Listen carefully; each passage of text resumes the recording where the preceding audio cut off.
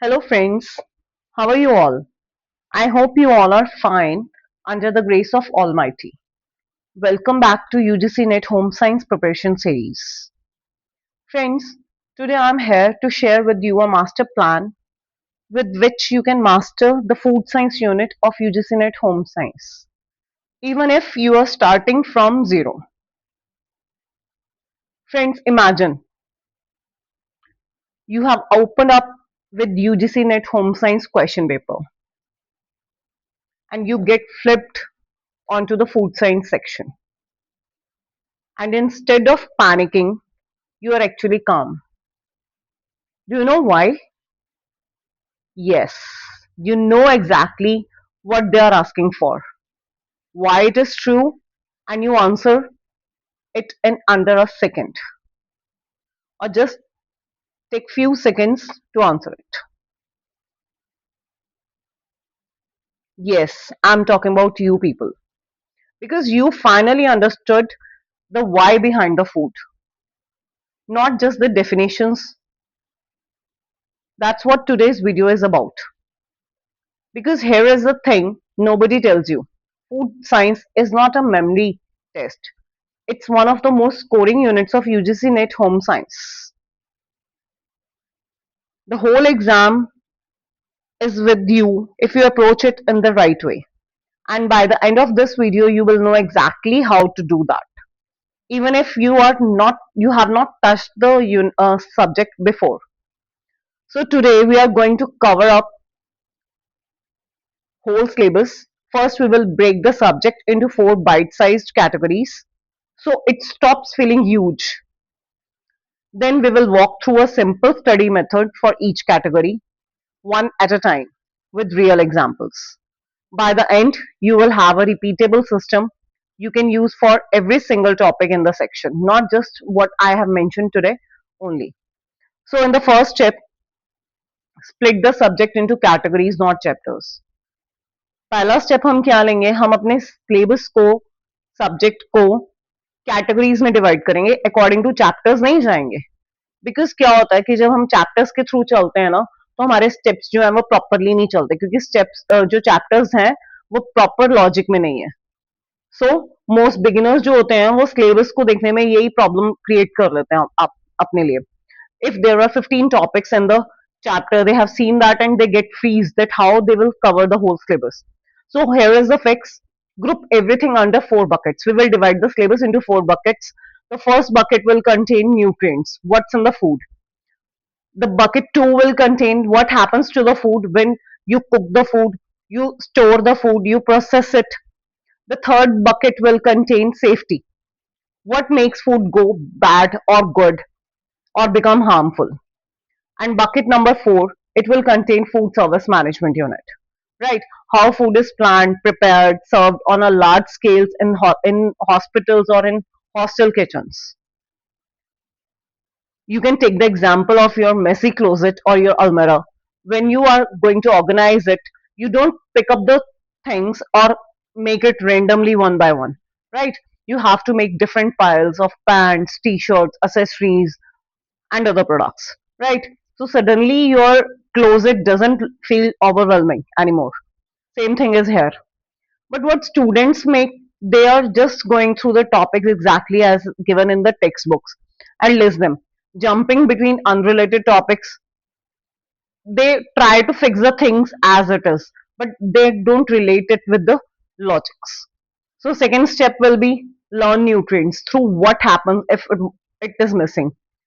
अगर हमारे फूड्स में से हमारी फूड्स की लिस्ट में से एक भी न्यूट्रिएंट मिस हो जाए तो उससे क्या होगा एक रियल लाइफ एग्जांपल के साथ समझते हैं अगर हम बात करें विटामिन सी के बारे में हमें पता है vitamin C is found in the citrus fruits right fresh fruits like lemon amla etcetera so अगर हम बात करें एक शिप की जो 1700 सेंचुरीज में शिप जा रहा है सेलर उसको चला रहा है अब जो सेलर उसको शिप को सेल कर रहा है उसके पास फ्रेश फ्रूट्स नहीं है तो इसका मतलब उसके पास विटामिन सी नहीं है so vitamin C leads to the scurvy disease and if a person has scurvy he or she may have his gum starts bleeding wounds wouldn't heal because जो vitamin C है, that is basically the glue that holds the body tissues together, right?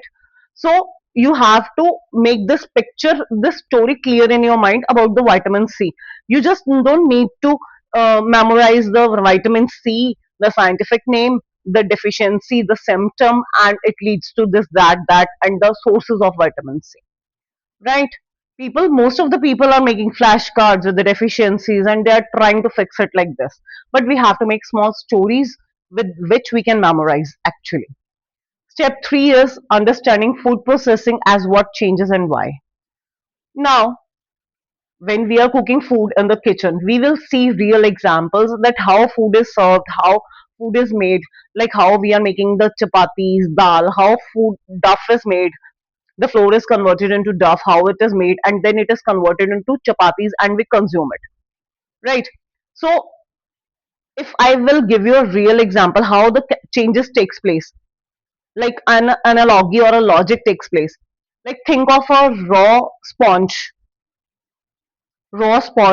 that is dipped under the water, right? That sponge absorbs the water from the container. So boiling is like squeezing the water from the pulses, or you can say cereals, right? So the water content takes away the nutrients which can dissolve in the water, like, right, vitamin C or vitamin B that leaks out in the surrounding liquid. Sometimes the surrounding liquid have more of the nutrients than the cereals or pulses itself have, right? So never leak away or never washed away the soaked water. Always use that soaked water because it have all the nutrients of the cereals or pulses, right? So students always try to fix up the things as it is. They don't know the difference between what is steaming, what is boiling. They don't know the difference between them, and they don't know how they can save the nutrients, with which method they can save the nutrients, like boiling, frying, steaming, roasting. And that is a basic tricky question which is asked in the question paper. Next step is learn food safety through real kitchen scenario. Now, if I talk about real kitchen scenario, you can do this practical right in the kitchen at night. Put some food on your kitchen shelf in the night. As you all know that the harmful organisms, they grow between the 5 degrees Celsius temperature to 60 degrees Celsius, right? And if you put some food in the kitchen shelf, the microorganisms attacks it on, right? And the food which is stored in the fridge, it gets in the temperature less than 4 degrees Celsius, right? So microorganisms need the right temperature, right humidity, right amount of water to grow. So food safety can be learned through practical examples. Next step will be learn food service management as a mini business. You can imagine a small business owner who is running a restaurant. He is trying to conceptualize everything in this bucket. He needs to plan a menu, buy the right amount of ingredients, cook efficiently, and serve people without wasting food or money. Right? Every concept in this bucket, from planning menu to take the quantity for food production, he is mapping out his single day activities. Right? But students here, what they are trying to do is they are trying to memorize the definitions of cyclic menus, standard recipes. They don't get the logic that what is there, right? So today we have covered the whole food science unit, the concepts, how to learn it, starting from a sailor's scurvy to a squeeze sponge, an uninvited party guest like an microorganism, or a restaurant owner's daily decision. That's the whole thing, whole system of the food science. So that's it for today. Pick up one bucket at a time and apply what you have totally learned today. Right? We'll meet soon in the next video with the amazing story for learning.